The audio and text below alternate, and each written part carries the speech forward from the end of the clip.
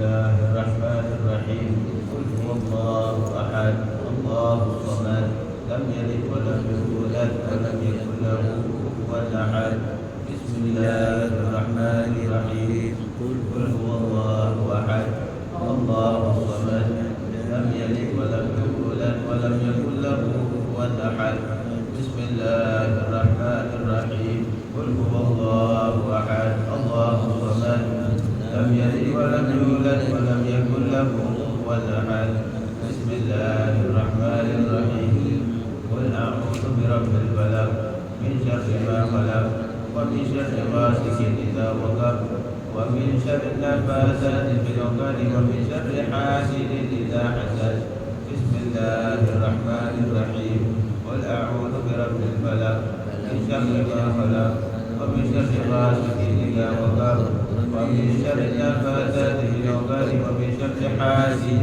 إذا حسد بسم الله الرحمن الرحيم قل أعوذ برب الفلق من شر ما خلق ومن شر غاسق إذا وقب ومن شر النفاثات في العقد ومن شر حاسد إذا حسد بسم الله الرحمن الرحيم قل أعوذ برب الناس ملك الناس إله الناس من شر الوسواس الخناس الذي يوسوس في صدور الناس من الجنة والناس بسم الله الرحمن الرحيم قل أعوذ برب الناس ملك الناس إله الناس من شر الوسواس الخناس الذي يوسوس في صدور الناس من الجنة والناس بسم الله الرحمن الرحيم قل أعوذ برب الناس ملك الناس إله الناس من شر الوسواس الخناس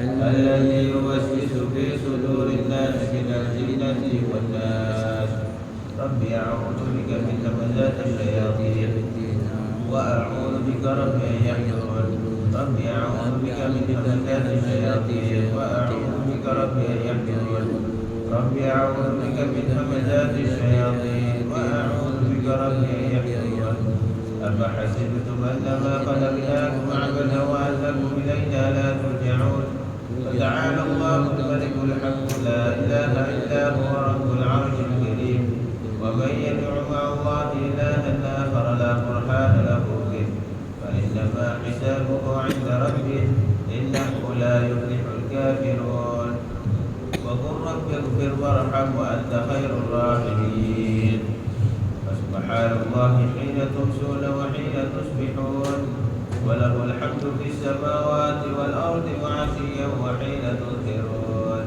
يخرج الحي من الميت ويخرج الميت من الحي ويحيي الأرض بعد موتها وكذلك تخرجون أعوذ بالله السميع العليم من الشيطان الرجيم أعوذ بالله السميع العليم من الشيطان الرجيم أعوذ بالله السميع العليم من الشيطان الرجيم لو أنزلنا هذا القرآن على جبل لرأيته خاشعا متصدعا من خشية الله وتلك الأمثال نضربها للناس لعلهم يتفكرون والله الذي لا إله إلا هو عالم الغيب والشهادة هو الرحمن الرحيم والله الذي لا إله إلا هو الملك القدوس السلام المؤمن المهيمن العزيز الجبار المتكبر سبحان الله عما يشركون والله الخالق البارئ المصور له الأسماء الحسنى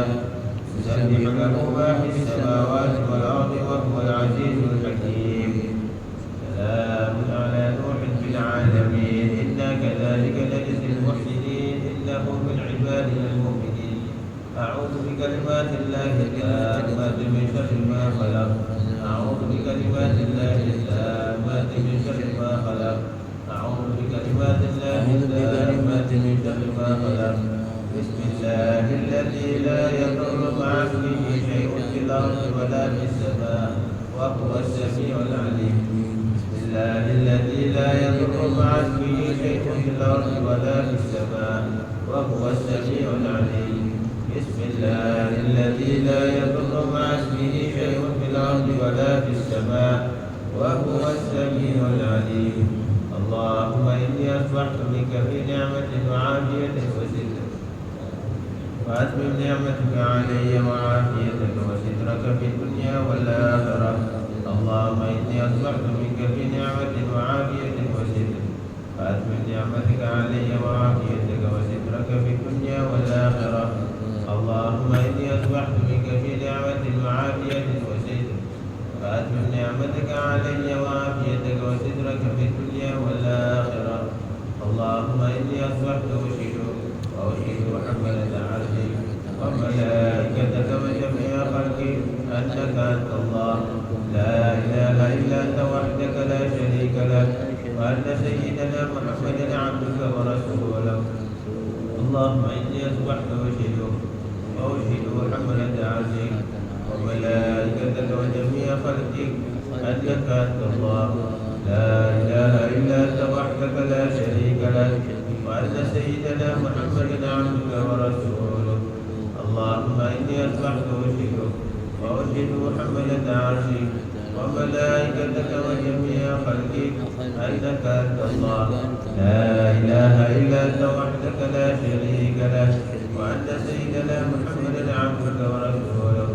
اللهم إني أصبحت وأشهد حملة عرشك وملائكتك وجميع خلقك أنك أنت الله لا إله إلا أنت وحدك لا شريك لك، وأن سيدنا محمدا عبدك ورسولك. الحمد لله رب العالمين حمدا يوافي نعمه ويكافئ مزيدا. الحمد لله رب العالمين حمدا يوافي نعمه ويكافئ مزيدا. الحمد لله رب العالمين حمدا يوافي نعمه ويكافئ مزيدا. آمنت بالله العظيم وكفرت بالجبت والطاغوت، واستمسكت بالعروة الوثقى لا انفصام لها والله سميع عليم. آمنت بالله العظيم وكفرت بالجبت والطاغوت، واستمسكت بالعروة الوثقى لا انفصام لها والله سميع عليم. آمنت بالله العظيم وكفرت بالجبت والطاغوت، واستمسكت بالعروة الوثقى لا انفصام لها والله سميع عليم.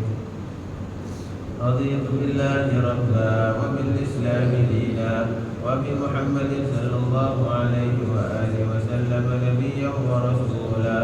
رضيت بالله ربا وبالإسلام دينا وبمحمد صلى الله عليه وآله وسلم نبيا ورسولا.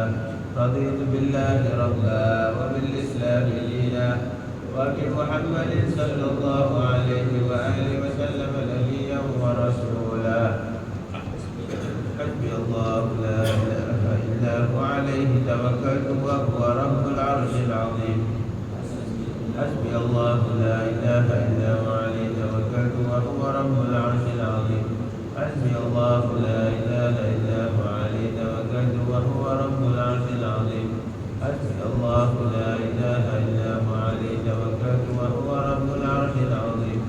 حسبي الله لا إله إلا هو عليه توكلت وهو رب العرش العظيم. حسبي الله لا إله إلا هو عليه توكلت وهو رب العرش العظيم. حسبي الله لا إله إلا هو عليه توكلت وهو رب العرش العظيم. اللهم صل على سيدنا محمد وآله وصحبه وسلم. اللهم صل على سيدنا محمد وآله وصحبه وسلم. اللهم صل على سيدنا محمد وآله وصحبه وسلم. اللهم صل على سيدنا محمد وآله وصحبه وسلم. اللهم صل على سيدنا محمد وآله وصحبه وسلم. اللهم صل على سيدنا محمد وآله وصحبه وسلم. اللهم صل على سيدنا محمد وآله وصحبه وسلم. اللهم صل على سيدنا محمد وآله وصحبه وسلم.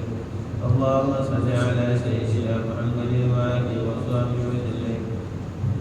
اللهم صل على سيدنا محمد وآله وصحبه وسلم. اللهم إني أسألك من فجاة الخير وأعوذ بك من فجاة الشر. اللهم أنت ربي لا إله إلا أنت خلقتني وأنا عبدك وأنا على عهدك ووعدك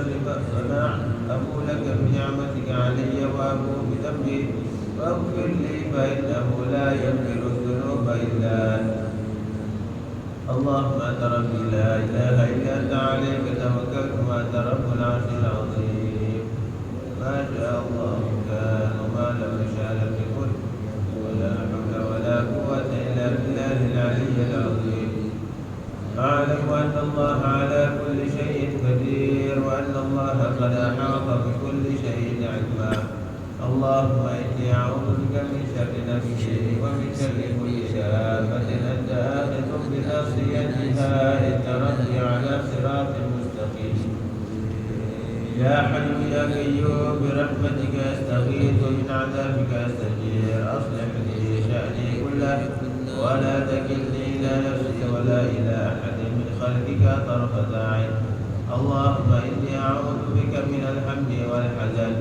وأعوذ بك من العجز والكسل وأعوذ بك من الجبن والبخل وأعوذ بك من غلبة الليل وقهر الرجال اللهم إني أسألك العافية في الدنيا والآخرة اللهم إني أسألك العفو والعافية والمعافاة الدائمة في ديني ودنياي وأهلي ومالي اللهم استر عوراتي وآمن روعاتي اللهم احفظني من بين يدي ومن خلفي وعن يميني وعن شمالي ومن فوقي وأعوذ بعظمتك أن أغتال من تحتي اللهم أنت خلقتني وأنت تهديني وأنت تطعمني وأنت تسقيني وأنت تميتني وأنت تحييني وأنت على كل شيء قدير أصبحنا على فطرة الإسلام وعلى كلمة الإخلاص وعلى دين نبينا محمد صلى الله عليه وآله وسلم وعلى ملة أبينا إبراهيم حنيفا مسلما وما كان من المشركين اللهم بك أصبحنا وبك أمسينا وبك نحيا وبك نموت وعليك نتوكل وإليك النشور أصبحنا وأصبح الملك لله والحمد لله رب العالمين اللهم إني أسألك خير هذا اليوم فتحه ونصره ونوره وبركته وهداه اللهم إني أسألك خير هذا اليوم وخير ما فيه وخير ما قبله وخير ما بعده وأعوذ بك من شر هذا اليوم وشر ما فيه وشر ما قبله وشر ما بعده اللهم ما أصبح بي من نعمة أو بأحد من خلقك فمنك وحدك لا شريك لك فلك الحمد ولك الشكر على ذلك سبحان الله بحمده عدد خلقه ورضا نفسه وزنة عرشه ومداد كلماته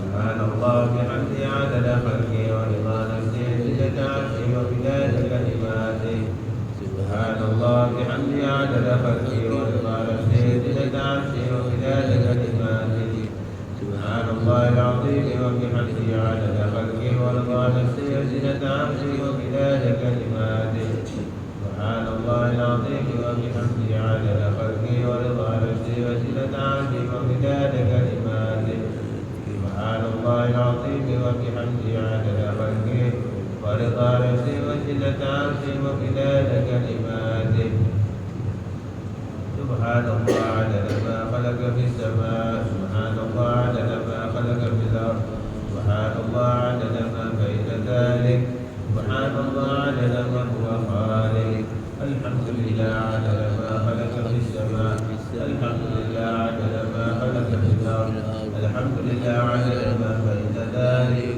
الحمد لله عدد ما هو خالق لا إله إلا الله عدد ما خلق في السماء لا إله إلا الله عدد ما خلق في الأرض لا إله إلا الله عدد ما بين ذلك لا إله إلا الله عدد ما هو خالق الله أكبر عدد ما خلق في السماء الله أكبر عدد ما خلق في الأرض الله أكبر عدد ما بين ذلك الله أكبر عدد ما هو خالق لا حول ولا قوة إلا بالله العلي العظيم عدد ما خلق في السماء لا حول ولا قوة إلا بالله العلي العظيم عدد ما خلق في الأرض لا حول ولا قوة إلا بالله العلي العظيم عدد ما بين ذلك لا حول ولا قوة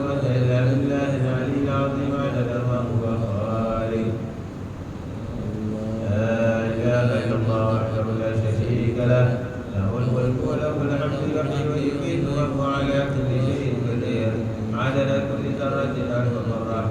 لا إله إلا الله وحده لا شريك له، له الملك وله الحمد يحيي ويميت وهو على كل شيء قدير. عدد كل ذرة ألف مرة. لا إله إلا الله وحده لا شريك له، له الملك وله الحمد يحيي ويميت وهو على كل شيء قدير. عدد كل ذرة ألف مرة.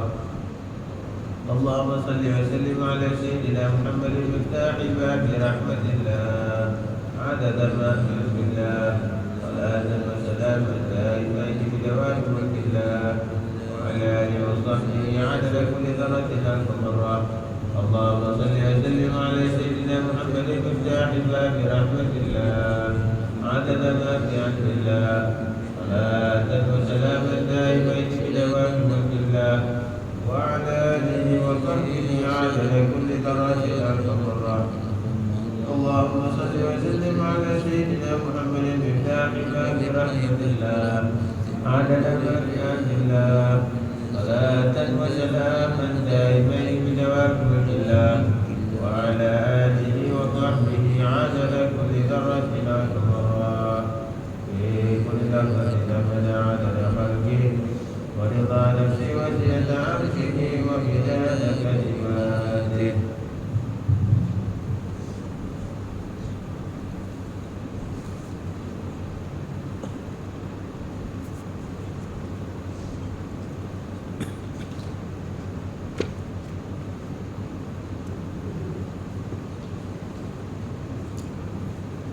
الحمد لله رب العالمين، وبه نستعين على أمور الدنيا والدين، والصلاة والسلام على أشرف المرسلين سيدنا محمد وعلى آله وصحبه أجمعين. ولا حول ولا قوة إلا بالله العلي العظيم. سبحانك لا علم لنا إلا ما علمتنا، إنك أنت العليم الحكيم. رب اشرح لي صدري ويسر لي أمري واحلل عقدة من لساني يفقه قولي. نوينا التعلم والتعليم والتذكر والتذكير والنفع والاتباع والإفادة والاستفادة والحث على التمسك بكتاب الله وسنة رسول الله صلى الله عليه وسلم، والدعاء إلى الهدى والدلالة على الخير، ابتغاء وجه الله وقربه وثوابه. آمين يا رب العالمين. Alhamdulillah, kita panjatkan segala puji dan setinggi-tinggi syukur kepada Allah Subhanahu Wa Taala atas limpahan kurnia nikmat dari Allah yang diberikan peluang oleh Allah Subhanahu Wa Taala sekali lagi untuk berkumpul pada pagi ini, dirikan solat subuh berjamaah di dalam masjid rumah Allah Subhanahu Wa Taala, digandakan ganjaran oleh Allah Subhanahu Wa Taala dan didorongkan oleh Allah Subhanahu Wa Taala untuk membaca zikir dan wirid dan meneruskan pelajaran kita mengenal Allah Subhanahu Wa Taala dan Rasulnya. Kita berdoa moga-moga Allah Subhanahu Wa Taala memberkati majlis kita, Allah meridai majlis kita, menjadikan majlis kita asbab untuk mendapatkan keridaan dan pandangan dari Allah Subhanahu Wa Taala. Moga-moga Allah Subhanahu Wa Taala mengabulkan segala hajat-hajat kita dunia wal akhirah. Moga-moga Allah Subhanahu Wa Taala menguburkan mereka semua yang sedang kesakitan. Moga-moga Allah SWT mengangkatkan kesusahan yang ditimpakan oleh seseorang Muslim. Moga-moga Allah SWT mengampunkan dosa-dosa kita, mengangkatkan darjat-darjat kita, memberikan kita kefahaman dalam ilmu agama, dan moga-moga Allah melimpahkan kita taufik dan hidayah untuk menambahkan ketaatan kita, amal ibadah kita kepada Allah SWT. Dan moga Allah menjadikan dunia ini asbab untuk kita mendekatkan diri kepada Allah dan bukan menjauhkan diri dari Allah Subhanahu Wa Taala. Moga-moga Allah mematikan kita dalam husnul khatimah dan memberikan kita kemuliaan untuk dibangkitkan oleh Allah Subhanahu Wa Taala bersama baginda Muhammad sallallahu alaihi wasallam dan mendapatkan syafaat beliau dan digolongkan di dalam syurga Firdaus bersama beliau. Amin ya rabbal alamin. Hadirin hadirat dirahmati Allah Subhanahu Wa Taala. Kita teruskan pelajaran kita pada muka surat 44.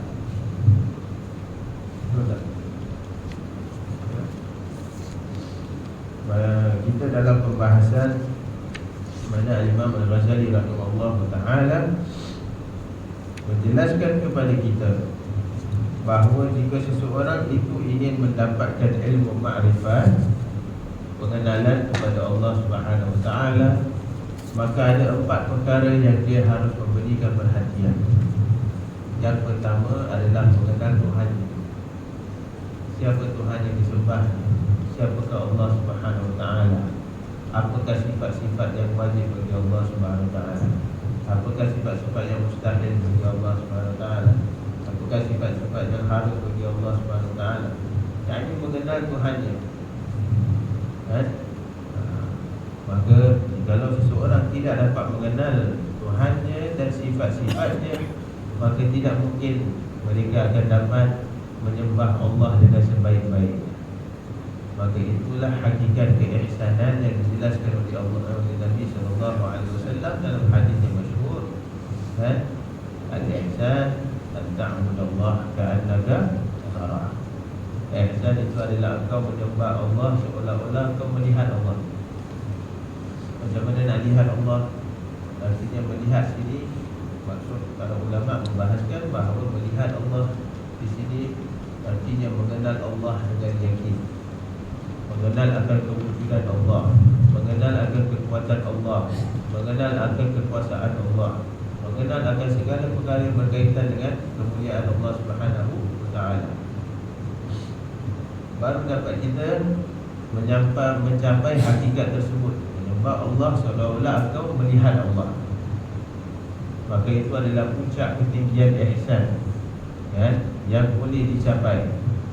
Boleh dicapai oleh sesiapa sahaja, dengan syarat dia mengenal 4 perkara ini dengan benar. Maka diteruskan penjelasan oleh Nabi SAW, fa in lam takun tara, seandainya engkau tidak dapat melihat Allah SWT, jadi tidak dapat merasakan keyakinan kewujudan kekuasaan Allah SWT, maka setidak-tidaknya hendaklah engkau meyakini fa'idah yara. Hendaklah engkau meyakini bahawasanya Allah SWT melihat. Jadi Allah Maha melihat, Allah Maha mengetahui perbuatan-perbuatan, Allah Maha mengetahui isi hati. Jadi Allah SWT Maha mengetahui segala perkara. Ya'lamu kha'inatal a'yun wa ma tukhfi sudur. Allah tahu mengenai khianatnya mata, dan Allah tahu apa yang tersembunyi di dalam rahsia hati. Harus kenal kepada Allah SWT. Maka ini yang pertama. Untuk mendapatkan pemakrifat harus mengenal Allah SWT. Yang kedua, kata Imam Ghazali, mengenal dirinya. Siapakah dirinya? Artinya kita manusia ni siapa? Apakah kewujudan kita ini? Apakah kekuatan kita ini? Hendaklah kita meyakini dan tahu bahawa diri kita adalah lemah, tak ada kuasa. Maka itulah haula wala quwwata illa billah. Tidak ada daya, tidak ada upaya, tidak ada kuasa pada diri kita kecuali apa yang telah diberikan oleh Allah Subhanahu Wa Taala. Kalau seseorang mengenal dirinya, keadaan dirinya yang begitu lemah, maka tidak mungkin dia tidak akan sujud kepada Allah yang Maha Memberi. Tak mungkin dia akan bersombong dengan pemberian Allah SWT. Tak mungkin dia akan ingkar dengan perintah Allah SWT. Kenapa? Sebab dia sadar diri. Maka manusia itu kalau tidak sedar diri, dia berada dalam keadaan bahaya. Bahaya. Apakah perkara yang menyebabkan seseorang tidak kenal diri? Sombong, ego. Itu apa dia panggil? Itu adalah satu perkara yang sangat menghalang seseorang mencapai tujuannya pendekatan kepada Allah Subhanahu Wa Taala. Ego, semuanya ego. Kalau orang tu kenal dirinya, maka dia tidak akan bangga dengan egonya. Dia tidak akan bangga dengan kekuatannya. Dia tidak akan bangga dengan hartanya. Dia tidak akan bangga dengan statusnya, kedudukannya, kerjanya, titlenya. Tak ada. Sebab apa? Dia kenal diri. Dia kenal hakikat bahawa segala perkara dari Allah Subhanahu Wa Taala. diberikan oleh Allah, dipinjamkan oleh Allah hanya sementara. Maka itu harus mengenal dirinya. Pertama, mengenal Tuhan. Yang kedua, mengenal diri. Yang ketiga, mengenal dunia. Kewujudannya di dunia buat apa? Dunia ini Allah jadikan untuk apa? Tujuan dunia ini apa? Adakah untuk kita merangkum segala kenikmatan dunia dan khayal dan lalai dan hilang dalam kenikmatan dunia? Tujuan dunia ni apa? Maka itu Nabi SAW memberikan penjelasan kepada kita bahawasanya dunia mazra'atul akhirah. Tujuan dunia adalah untuk bercocok tanam, untuk mendapatkan hasil di akhirat. Bukan dunia ini untuk kita membanggakan, bukan dunia ini untuk kita hidup dalam kemewahan. Tak. Maka itu Nabi SAW menunjukkan sebaik-baik contoh. Dan ditawarkan oleh Allah Subhanahu Wa Taala gunung Uhud untuk diubah menjadikan emas. Untuk siapa? Baginda sallallahu alaihi wasallam. Adakah Nabi inginkannya? Tidak. Adakah Nabi inginkannya? Tidak. Apakah Nabi tidak berkuasa? Adakah Nabi tidak mampu untuk memikul kemewahan dunia? Mampu. Tapi Nabi sallallahu alaihi wasallam ingin menunjukkan kepada umatnya agar tujuan manusia hidup di atas muka untuk bukan berbangga dengan hartanya. Harta itu perlu, tapi harta itu harus dijadikan jalan untuk menuju kepada Allah Subhanahu Wa Taala. Dia harus kenal dunia ini untuk apa. Itu yang ketiga. Dan yang keempat adalah mengenal akhirat. Kita mesti kenal akhirat. Apa Allah Subhanahu Wa Taala janjikan mengenai akhirat. Mulanya akhirat kita itu bila? Bila seseorang itu meninggalkan dunia, masuk ke alam barzakh. Maka Nabi SAW menjelaskan mengenai perkara-perkara apa yang akan berlaku di dalam alam barzakh. Kemudian Nabi menjelaskan mengenai hari kebangkitan. Kemudian Nabi SAW menjelaskan mengenai sirat. Nabi SAW menjelaskan mengenai hisab. Nabi SAW menjelaskan mengenai hari pertimbangan. Kemudian Nabi menjelaskan mengenai syurga dan neraka. Semuanya itu untuk apa? Supaya kita kenal akhirat dan tujuan kita hidup di atas muka bumi. Maka itu dikata Imam Ghazali, 4 perkara ni tak boleh lepas. Dia satu berkaitan dengan yang lain. Tak boleh kita hanya mengambil satu perkara je. Of course dia step by step. Tapi ini menunjukkan seseorang itu harus mempelajari perkara yang lebih mendalam supaya dia dapat mencapai 4 pemahaman ini. Mengenal dirinya, mengenal Tuhannya, mengenal dunia, mengenal akhirat. Maka itu Imam Ghazali mengatakan di sini, mengenal dirinya bermaksud bahawa dirinya adalah hamba Allah yang lemah dan memerlukan. Erti mengenal Tuhan adalah mengetahui dengan sebenar-benarnya dan yakin bahawa hanya Allah yang berhak disembah, Allah yang maha agung dan Allah yang berkuasa. Seterusnya, dia merasa bahawa dunia ini hanyalah padang pengembara menuju tempat kembali, yakni akhirat, dan ia jauh dari nafsu binatang. Yakni nafsu binatang di sini bermaksud rakus, tamak. Sifat tamak akan menjerumuskan seseorang dalam kemurkaan Allah SWT. Dia harus jauhkan dirinya daripada nafsu binatang. Sebagai seseorang Muslim, dia harus mengenal Tuhannya. Tetapi perasaan itu tidak akan pernah ada jika dia tidak mengenal dirinya. Dan Imam Ghazali dah kasih clue kat sini. Orang tu tak akan dapat merasai perasaan untuk mengenal Tuhannya jikalau dia tidak mengenal dirinya. Maka itu pepatah ahli tasawuf mengatakan, man arafa nafsahu arafa rabbahu. Barang siapa betul-betul mengenal dirinya, maka dia akan dapat mengenal Tuhan. Dia tak kenal diri, dia tak boleh kenal Tuhan. Maka itu para ulama, para awliya Allah, mengapa mereka mencapai darjat yang darajat yang tinggi di sisi Allah SWT sebab mereka sedar kewujudan mereka. Mereka sedar mengenai kedudukan mereka. Mereka sedar mengenai diri, baru dapat kenal Allah. Baik.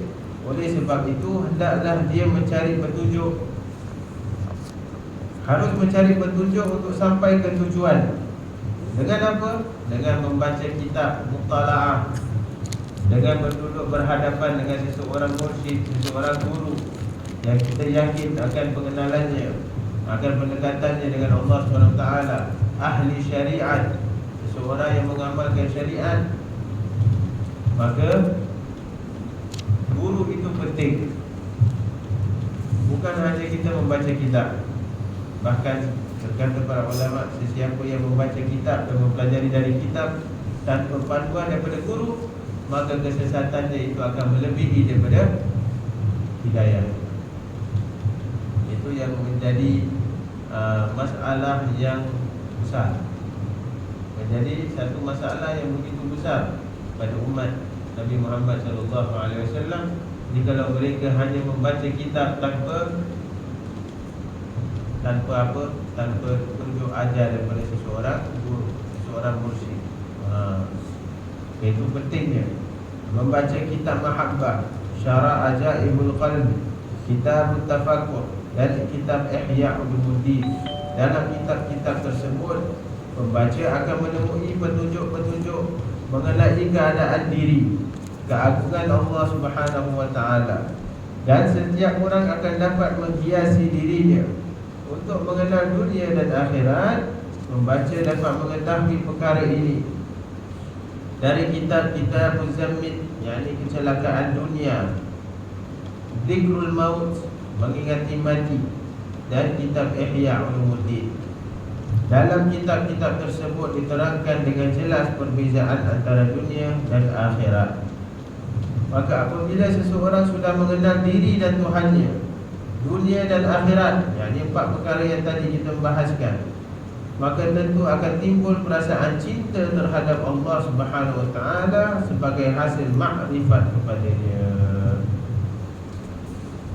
Bila seseorang itu dah mengetahui 4 perkara tadi, maka akan timbul sifat rasa cinta kepada Allah Subhanahu wa taala. Kalau dia tak tahu 4 perkara tadi, macam mana nak timbul sifat cinta kepada Allah? Tak kenal maka tak cinta. Ya? Dengan mengenal akhirat akan timbul rasa rindu terhadap akhirat. Manakala dengan mengetahui dunia pula, seseorang itu tidak akan tertarik dengannya.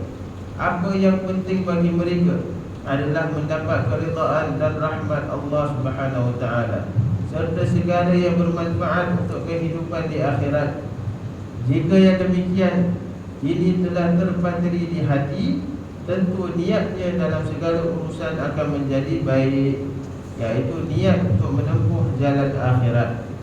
Maka itu innamal a'malu binniyat wa innamal likulli imri'in ma nawa. Niat penting. Niat yang soleh, niat yang baik akan mendorong seseorang untuk mendapatkan kebaikan di sisi Allah. Niat tahwilul 'adah ila ibadah. Niat itu mengubahkan suatu perkara yang adat menjadi sesuatu ibadat. Niat. Maka itu dalam semua perkara diajarkan Nabi SAW untuk niat. Nak makan, ada niat dia. Nak tidur, ada niat dia. Yang perkara adat, semua manusia perlu begitu. Nak masuk dalam tandas, nak buang hajat, ada niat dia. Niat dia apa? Seiring dengan doa yang diajarkan. Nak menggunakan pakaian, ada niat dia. Melepaskan pakaian, ada niat dia. Untuk bernikah, berkahwin, ada niat dia. Untuk mendapatkan zuriat, ada anaknya. Anak pula, ada niat dia. Kan? Jadi semua perkara tergantung dengan niat. Dan seseorang itu akan diganjar oleh Allah sesuai dengan niat. Jadi kalau orang itu niat mengenai perkara dunia, faman kanat hijratuhu ila Allah wa rasul, fa hijratuhu ila Allah wa rasul. Faman kanat hijratuhu lidunya yusibuha aw imra'atin yankihuha, fa hijratuhu ila ma hajara ilaih. Komplain Nabi kasih, barang siapa yang hijrah untuk mendapatkan pendekatan kepada Allah dan Rasulnya, maka hijrahnya itu akan diganjarkan oleh Allah sesuai dengan apa yang diniatkan. Ini tujuannya hijrah kepada Allah. Akan tetapi siapa yang hijrah di dunia yusibah, untuk mendapatkan dunia, bekerja kan, ataupun untuk mendapatkan hasil apa sahaja tujuan dia yang tidak berkaitan dengan ibadah. Awi imra'atin yankihuha. Banyak orang pun hijrah untuk apa? Hijrah untuk menikah dengan seorang wanita. Maka kata Nabi SAW, fa hijratuhu ila ma hajara ilaih. Maka hijrahnya itu sesuai dengan apa tujuannya hijrah. Jadi dia hijrah untuk bernikah, dia dah dapat dunia, tak mendapatkan pahala di sisi Allah SWT. Jadi niat. Itu kata Imam Ghazali di sini, kalau semua perkara itu sudah terpatri di hati, tentu niatnya dalam segala urusan akan menjadi baik, yaitu niat untuk menempuh jalan akhirat. Maka niatnya sah dan jauh dari sebarang kesalahan, kerana yang merosakkan niat adalah ghurur. Yang merosakkan niat apa? Lalai. Kan?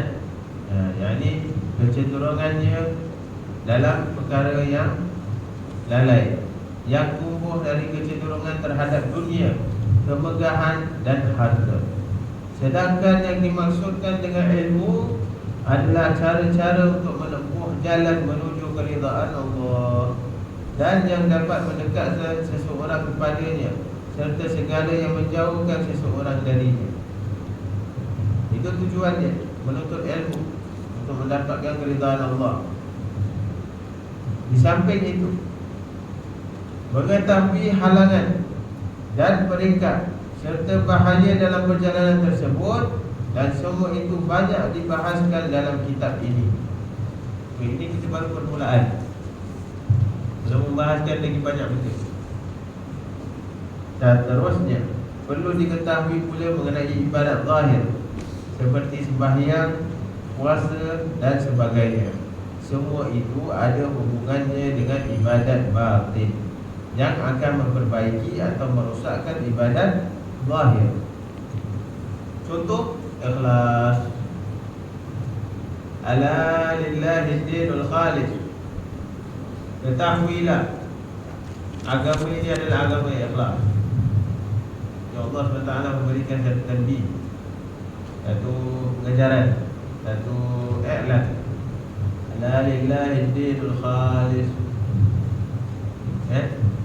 Allah SWT mengatakan, ketahuilah agama ini adalah agama yang ikhlas, berdasarkan niat yang ikhlas. Apakah itu niat yang ikhlas? Yakni niat perkara yang dilakukan itu hanya untuk Allah SWT dan bukan untuk lain. Itu ikhlas. Maka ikhlas bukan dengan ucapan ikhlas. Ikhlas itu bermula dengan niat yang betul. Okay, itu bukan ucapan ikhlas. Saya ikhlas, saya ikhlas kok. Nah, ikhlas itu pada lubuk hatinya sendiri. Tak ada orang boleh mengetahui orang lain itu ikhlas ataupun tidak. Tak tahu. Sebab perkara berkaitan dengan hati, tak ada manusia yang boleh tahu. Maka itu contohnya adalah ikhlas.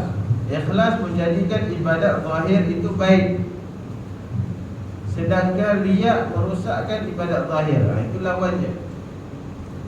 Kan? Lawan daripada ikhlas, riak, menunjuk-nunjuk. Begitu juga dengan ujub. Ujub apa? Berbangga diri. Dzikrul minnah, menyebut-nyebut dan sebagainya. Semua ini akan menyusun, yakni Imam Ghazali terangkan dalam bab-bab yang tersendiri. Barang siapa yang tidak mengetahui ibadah batin dan pengaruhnya terhadap ibadah zahir serta cara-cara menjauhinya, maka peluang untuk mereka selamat adalah sangat tipis, dan mereka akan kehilangan pahala ibadat zahir serta batin. Sebaliknya, Mereka hanya akan mendapat kecelakaan dan kesulitan serta kerugian yang nyata. Khasirat dunia. Mereka mendapatkan kerugian di atas dunia dan juga akhirat. Yang ini dunia tak ada manfaat, akhirat lagi dia celaka. Na'udzubillah min dzalik. Kesian. Kita kalau tak kenal diri kita, maka kita akan kesiankan dengan diri kita. Kenapa?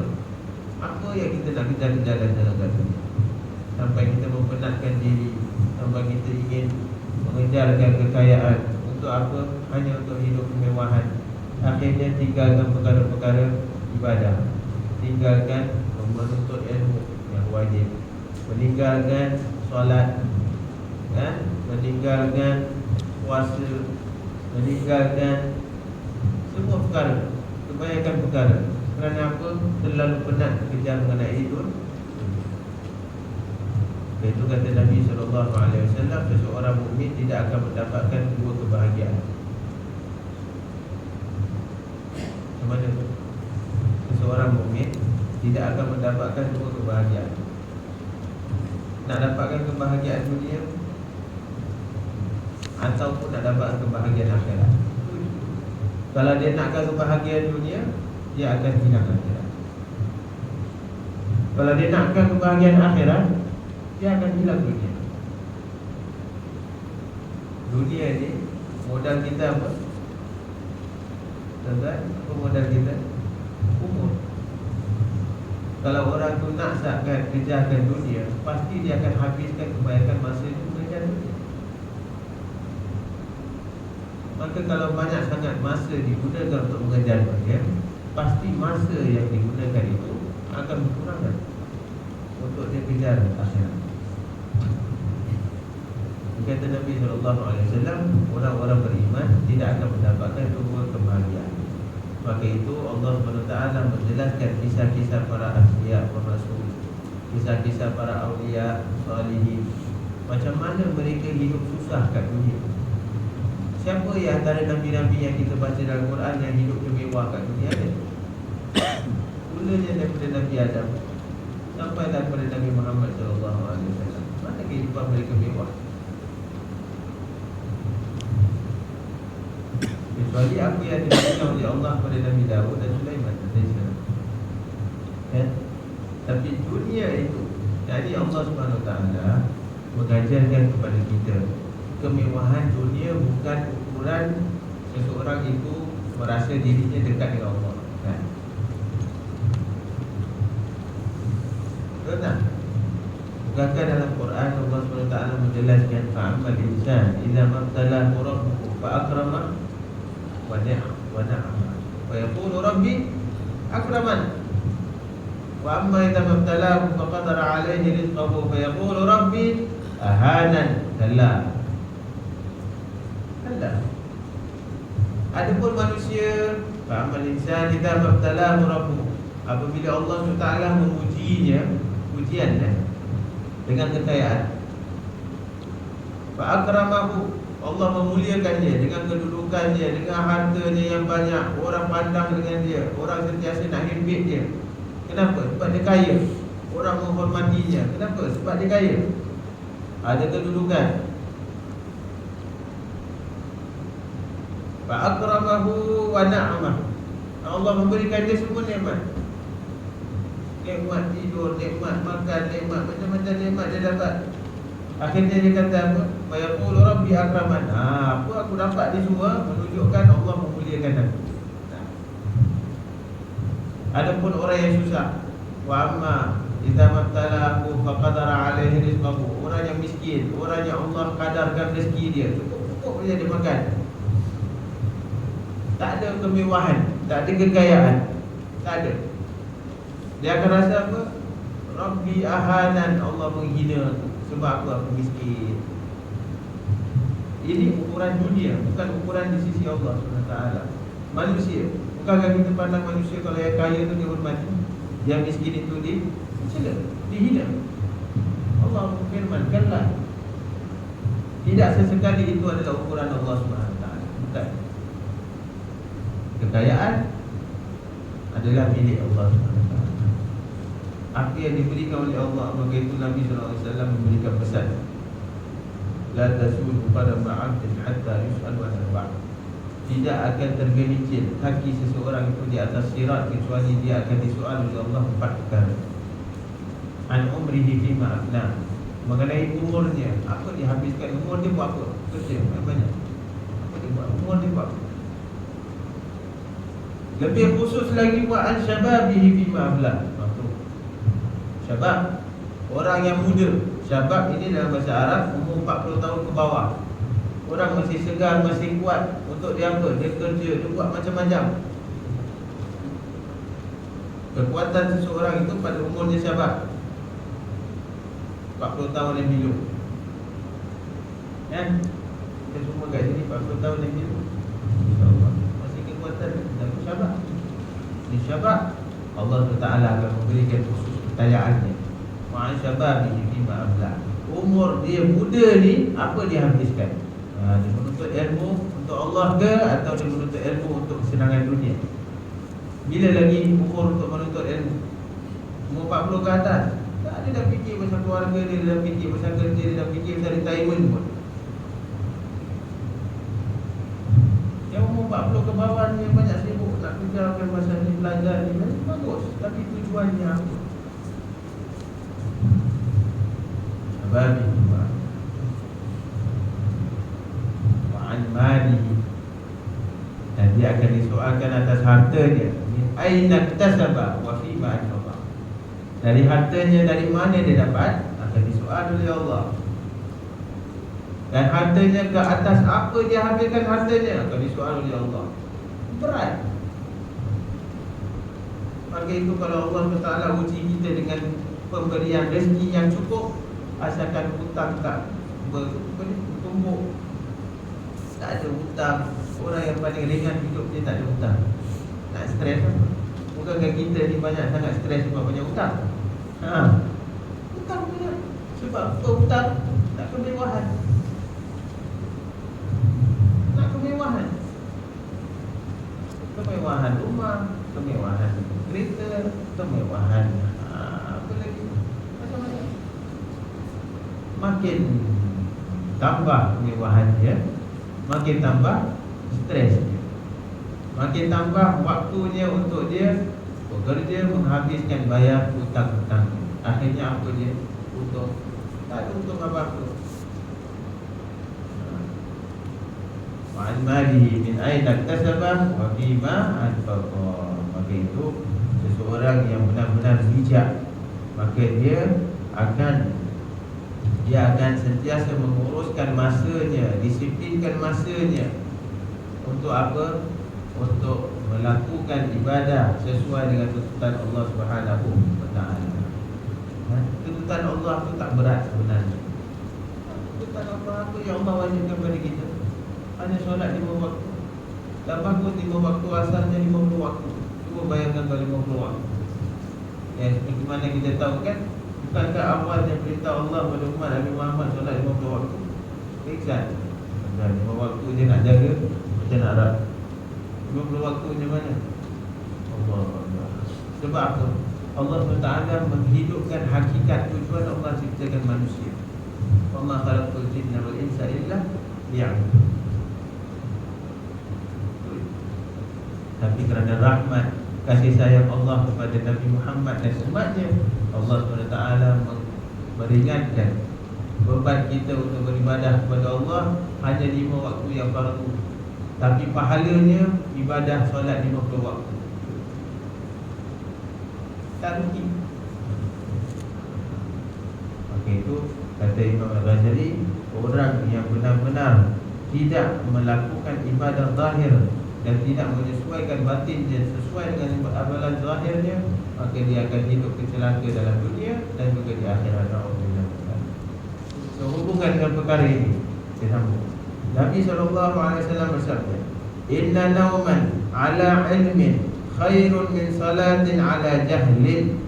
Sesungguhnya tidurnya seseorang yang berilmu adalah lebih baik daripada sembahyangnya orang yang jahil dan bodoh. Ini untuk memberikan pemahaman kepada kita pentingnya menuntut ilmu. Tuan-tuan, pentingnya menuntut ilmu. Orang yang berilmu, tidurnya itu sahaja menjadi ibadah. Itu tidurnya, ibadahnya, pahalanya lebih besar dan lebih baik daripada seseorang yang jahil dan bodoh dan solat. Kerana dia solat tanpa dasar ilmu. Maka jangan rugikan kita, jangan rugikan diri kita.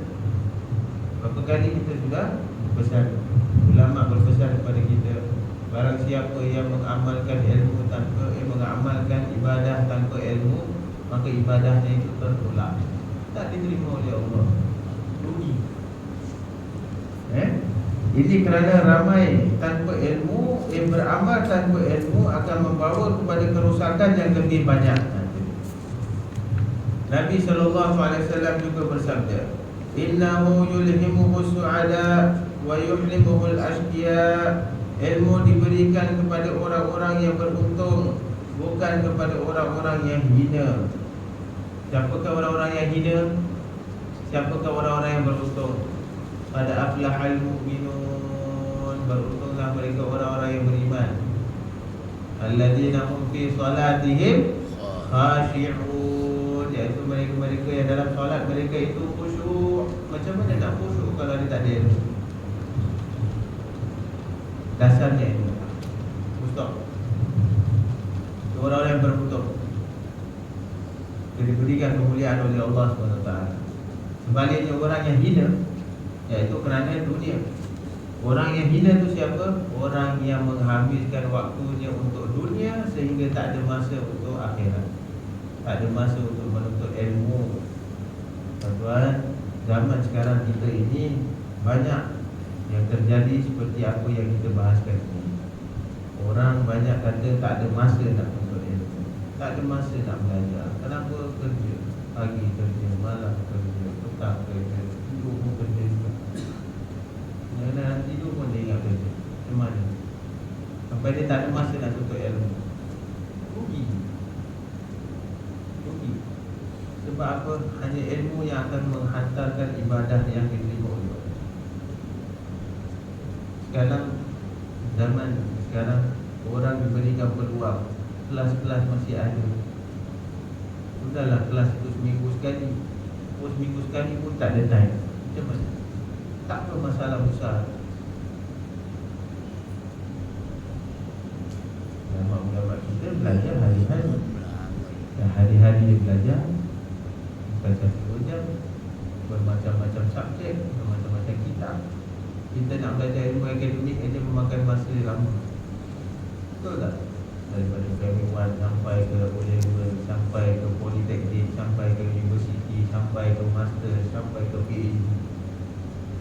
Itu baru ilmu agama, ilmu akademik. Apa lagi ilmu agama? Ilmu agama yang selamatkan dia dekat akhirat. Ilmu agama yang selamatkan dia dekat barzakh. Ilmu agama yang selamatkan dia nanti di sirat. Ilmu agama yang akan mendekatkan dia dengan Allah dan Rasul. Ini perlu. Jadi ini adalah kenapa? Sebab mereka tak kenal diri. Itu balik pada asasnya tadi, 4 perkara. Jadi orang tu mesti pandai time management. Very important. Maka itu hadis di atas menjelaskan tentang salah satu daripada kecelakaan yang dialami oleh orang-orang yang beramal tanpa ilmu, sehingga merasa payah dan lelah dalam menjalankan ibadah yang telah rosak, dan hasilnya hanyalah kepayahan belaka. Semoga Allah Ta'ala menjauhkan kita dari ilmu dan amalan yang tidak bermanfaat. Amin. Jadi katakan doa. Oleh sebab itu, para ulama, orang-orang soleh dan orang-orang zuhud memberikan perhatian yang lebih dan besar terhadap ilmu, kerana ilmu adalah inti kepada ibadah dan asas ketaatan kepada Allah Rabbul Alamin. Orang-orang yang berpengetahuan dan para ahli yang mendapat petunjuk juga menaruh perhatian besar terhadap ilmu. Jika semuanya telah diketahui, iaitu taat tidak akan tercapai tanpa ilmu, maka sebelum beribadah hendaklah dia mendahulukan ilmu. Ilmu perlu didahulukan kerana ilmu akan menimbulkan rasa takut kepada Allah Subhanahu Wa Taala. Seperti apa firman Allah, innama yakhshallaha min ibadihi al-ulama. Sebenarnya yang menaruh bimbang dan takut untuk melanggar perintah Allah dari kalangan hamba-hambanya hanyalah orang-orang yang berilmu. Dan innama yakhshallaha min ibadihi al-ulama. Innahu azizun ghafur. Maka itu jangan kita merugikan diri kita. Kan? Orang-orang nak menuntut ilmu bukan sahaja di dalam negeri, dia pergi luar negeri. Niat dia untuk tuntut ilmu apa? Untuk mendapatkan cert, untuk mendapatkan kemuliaan, untuk mendapatkan pujian dari orang. Maka ilmunya akan hilang, tak ada manfaat dan tidak ada barakat. Keberkatan ilmu tu lihat macam mana. Macam mana kita nak rasa keberkatan ilmu, tuan-tuan? Jadi Imam Ghazali memberi petunjuk. Orang yang merasakan keberkatan ilmunya adalah apabila dia melakukan ibadah dengan rasa yakin ibadahnya itu akan diterima oleh Allah. Artinya ilmunya berkat. Tujuan dia belajar ilmu tu bukan untuk dia bermegah dengan sertifikat syahadat. Memang sertifikat syahadat important, betul. Zaman sekarang betul, important. Tapi tujuan, kita nak membetulkan tujuan, niat. Itu yang merugikan orang-orang pelajar-pelajar kita yang bermusafir beribuan batu, pergi ke negeri Mesir, pergi ke Jordan, pergi ke negeri Arab. Untuk apa? Belajar dengan ulama-ulama sana. Itu tujuannya apa? Untuk dapatkan cert. Layan pas. Maka itu tidak akan memanfaatkan. Maka dia harus memperbaiki niatnya, memperbaiki tujuannya, mempelajari ilmu. InsyaAllah ilmunya akan bermanfaat. Maka itu tanda bahawa ilmu dapat menimbulkan rasa takut kepada Allah Subhanahu Wa Taala. Orang yang tidak mengenal Allah dengan sebenar-benarnya pasti tidak merasa takut kepada Allah dengan sebenar-benarnya. Malah dia tidak akan dapat mengagungkan Allah dan menghormati Allah. Ini kerana hanya dengan ilmu seseorang hamba boleh mengenal dan mengagungkan Tuhannya. Jadi ilmu yang diberkati Allah akan membuahkan ketaatan dan mampu mencegah seseorang dari melakukan perbuatan maksiat. Takut. Begitu seseorang itu mempelajari perkara-perkara maksiat. Untuk apa? Supaya dia tidak jatuh terjerumus melakukan perkara maksiat kerana Allah yang murka. Bukan dia tidak melakukan maksiat kerana takut orang nampak. Kadang-kadang banyak begitu. Dia tak nampak maksiat, kenapa? Dia takut orang nampak. Dia orang nampak, orang akan bercakap-cakap. Tapi adakah itu mendatangkan pahala? Tak. Yang mendatangkan pahala itu adalah orang yang menjauhi maksiat kerana takut kepada Allah. Dia tak nampak maksiat, kenapa? Ni Allah yang tak kasih ni. Ni Allah yang murka. Sebab Allah SWT dah terangkan perkara-perkara yang ketaatan, perkara-perkara maksiat. Yang halal itu jelas, yang haram itu jelas. Kata Nabi SAW, jelas. Tak ada perkara yang disembunyikan oleh Allah. Jadi dia belajar perkara yang haram untuk dia mencegah dirinya dari melakukan maksiat. Tujuan untuk apa? Supaya Allah tidak murka. Dia akan dapat pahala. Selagi mana dia tinggalkan perkara yang haram kerana Allah, dia akan mendapatkan pahala di sisi Allah, bukan kerana manusia, bukan kerana takut kutukan orang. Itu pentingnya ilmu. Oleh sebab itu, bagi yang menginginkan kehidupan akhirat, dia akan mendahulukan perbuatan menuntut ilmu sebelum mengerjakan urusan lain. Semoga Allah Subhanahu Wa Taala memberikan petunjuk kepada kita, kerana sesungguhnya Allah jualah yang maha memberi dan maha pemurah. Nabi SAW bersabda, talabul ilmi faridatun ala kulli muslim. Menuntut ilmu adalah wajib bagi setiap muslim. Dan Muslim ini merangkumi lelaki dan wanita. Ilmu apa yang wajib? Kita nak kena faham. Imam Ghazali terangkan, ilmu yang diwajibkan, apa yang dimaksudkan oleh Nabi SAW, ilmu ma'rifat, mengenal Allah. Ini wajib. Wajib untuk kita ajarkan kepada anak-anak kita mengenai Allah Subhanahu Wa Taala. Wajib kita mengajarkan kepada isteri. Wajib kita mengajarkan kepada umat Islam untuk mengenal Allah Subhanahu Wa Taala. Itu yang pertama. Kedua, ilmu tasawuf. Ilmu tasawuf iaitu ilmu yang berhubungan dengan ibadat batin. Apa ibadat batin? Ikhlas, tawakal, pemurah, banyak lagi perkara dan sebagainya. Yang kedua. Yang ketiga, ilmu syarak, yakni ilmu halal dan haram, ilmu syariat yang merupakan rukun ibadah, muamalah, munakahat, jinayah. Jadi ilmu fikir lah kalau kita rumuskan, ilmu fikir. Ilmu fikir ibadah itu paling besar. Bab yang paling besar dalam kitab-kitab fikir, fikir ibadah. Dan paling panjang dibincangkan para ulama adalah ibadah solat. Berjilid-jilid, bermacam-macam perkara berkaitan dengan solat. Kerana solat itu adalah tiang agama. Jadi fikir ini terbahagi kepada 4. Fikir ibadah menjadikan wajib ke atas setiap orang Muslim dan Muslimat, lelaki dan perempuan. Ini wajib dia belajar. Semua 5 rukun Islam berkaitan dengan fikir ibadah seseorang. Yang kedua itu adalah fikir munakahat. Fikir bab pernikahan. Seseorang yang ingin berumah tangga, yang ingin mendirikan rumah tangga, yang ingin berkahwin, maka wajib untuk dia belajar perkara mengenai bab munakahat. Apakah hukum hakam dalam nikah? Apakah perkara-perkara berkaitan dengan talak? Apakah perkara-perkara berkaitan dengan nafkah? Apakah perkara-perkara berkaitan dengan semua yang berkaitan dengan nikah? Wajib dia belajar. Itu orang yang bernikah tak belajar kitab muamalah, tak belajar kitab munakahat, rumah tangganya berdoa. Dia tak tahu. Dia tak tahu, tuan-tuan. Tak boleh kita ambil remeh di perkara, sebab perkara ini berkaitan dengan halal dan haram. Perkara ini berkaitan dengan ibadahnya. Perkara ini berkaitan dengan tanggungjawabnya. Perkara ini berkaitan dengan urusan Allah.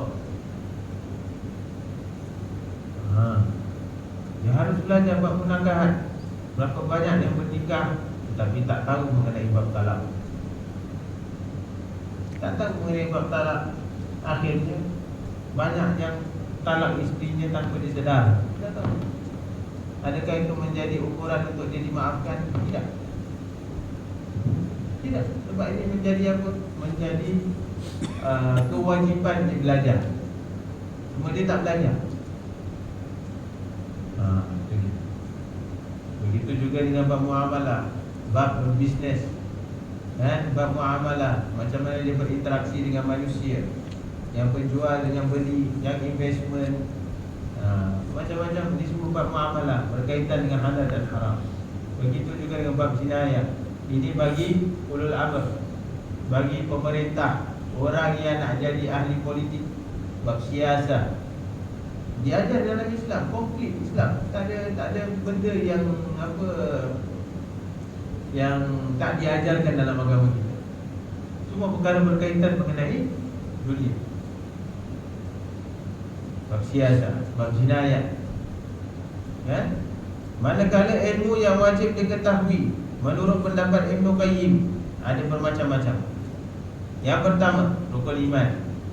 Beriman kepada Allah, beriman kepada malaikat, kitab, rasul dan hari kiamat. Orang yang tidak beriman dengan kelima-lima perkara ini bukanlah orang yang beriman dan tidak bergolong dalam golongan orang mukmin. Allah berfirman, walakinnal birra man amana billah wal yawmil akhir wal malaikati wal kitab wal nabiyyin. Tetapi kebajikan itu adalah berimannya seseorang kepada Allah dan hari akhirat dan malaikat dan segala kitab dan sekalian nabi. Ini asasnya hukum tauhid, ilmu tauhid. Asasnya ilmu tauhid semua perkara. Yang ini dirumuskan oleh ulama kita, Syekh Imam Al-Marzuki dalam kitabnya Aqidatul Awam. Itu matan ataupun inti pasti ilmu tauhid yang wajib diketahui semua orang awam. Aqidatul Awam dipanggil akidah bagi orang-orang awam. Dia harus belajar. Ada baik-baik syairnya, tak panjang, 3 muka surat itu.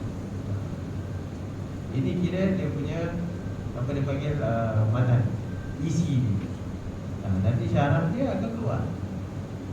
Maka itu ulama ni kita harus banyak berterima kasih kepada mereka. Kerana apa? Memudahkan kita sistem pelajaran. Senang. Kita tak perlu nak susah payah, nak cedok daripada hadis, nak cedok daripada Quran, kemudian nak menteliti sendiri. Tak perlu. Tak perlu, tuan-tuan. Semuanya sudah disediakan oleh para ulama. Maka kita muliakan mereka dengan apa yang telah mereka perjuangkan untuk umat Islam. Halas. Siapa yang ikut ajaran mereka, pasti dia akan selamat dunia wal akhirat. Ini yang menjadi perkara yang mengacau bilau kita punya keadaan juga. Orang yang tidak berpegang kepada mazhab, nak balik pada sunnah dan Quran. Jadi imam mazhab ni tak balik Quran dan sunnah, kan pelik. Menyusahkan diri, merugikan masa. Akhirnya ibadah terbengkalai, ibadah buruh. Ini yang pertama. Firman Allah Subhanahu wa taala lagi, wa may yakfur billah wa malaikatihi wa kutubihi wa rusulihi wal yaumil akhir faqad dhalla dhalalan ba'ida. Dan sesiapa yang kufur, ingkar kepada Allah, ingkar kepada malaikat, ingkar kepada kitab, ingkar kepada Allah, ingkar kepada rasul-rasulnya dan juga hari akhirat, maka sesungguhnya dia telah sesat dengan kesesatan yang sejauh-jauhnya. Ini berarti beriman kepada 5 perkara tersebut adalah dasar untuk mengenal dan mengetahui Allah Subhanahu wa taala. Tuan-tuan, dalam zaman sekarang kita ini, kita tahu bahawa kita berada pada penghujung akhir zaman. Sudah kita maklum dengan apa yang disabdakan Nabi SAW, dengan tanda-tanda akhir zaman. Sudah ada. Cabaran kita sekarang ni cabaran tauhid. Pada siapa? Pada anak-anak kita, teman-teman mereka. Yang mana mereka sekarang terlalu expose. Dengan apa? Dengan pengajaran-pengajaran yang merosakkan akidah. Bercampur pembahasan. Pernah tak kita duduk dengan anak dan cucu-cucu kita ditanya dia pasal diorang? Jadi tanya, berbual dengan mereka ni pasal dia benda. Jangan kita diamkan. Jangan kita tengok perkara ni perkara ringan. Tak ada, berat. Mereka banyak membahaskan dengan kawan-kawan mereka ni mengenai apa? Mengenai kewujudan Tuhan, mengenai Allah tu betul-betul ada ke tak? Allah tu Maha berkuasa ke tak? Kemudian pembahasan mengenai qada dan qadar. Ini semua soalan budak-budak sekarang, 10 tahun, 9 tahun, 11 tahun. Kita jadi risau. Berbual dengan kawan-kawan di majlis tanpa dasar ilmu, akhirnya ikut kawan. Berapa banyak kisah yang kita mengetahui mereka yang terjerumus dalam kesesatan, mereka yang terjerumus dalam terpesongnya daripada akidah, menggunakan cross, mendeklarkan diri mereka ni free thinker. Bahaya. Harus kita berikan perhatian. Ini zaman mulanya munculnya Dajjal, dia akan menggegarkan tauhid, akidah yang benar. Kalau orang itu tidak dipasakkan dengan akidah yang benar, maka senang dia akan menjadi pengikut Dajjal. Betul? Ini tanggungjawab kita, tuan-tuan. Tanggungjawab kita sebagai bapa, tanggungjawab kita sebagai datuk kepada cucu. Tanggungjawab. Bukan cucu pun disebab pada kita juga. kita tahu.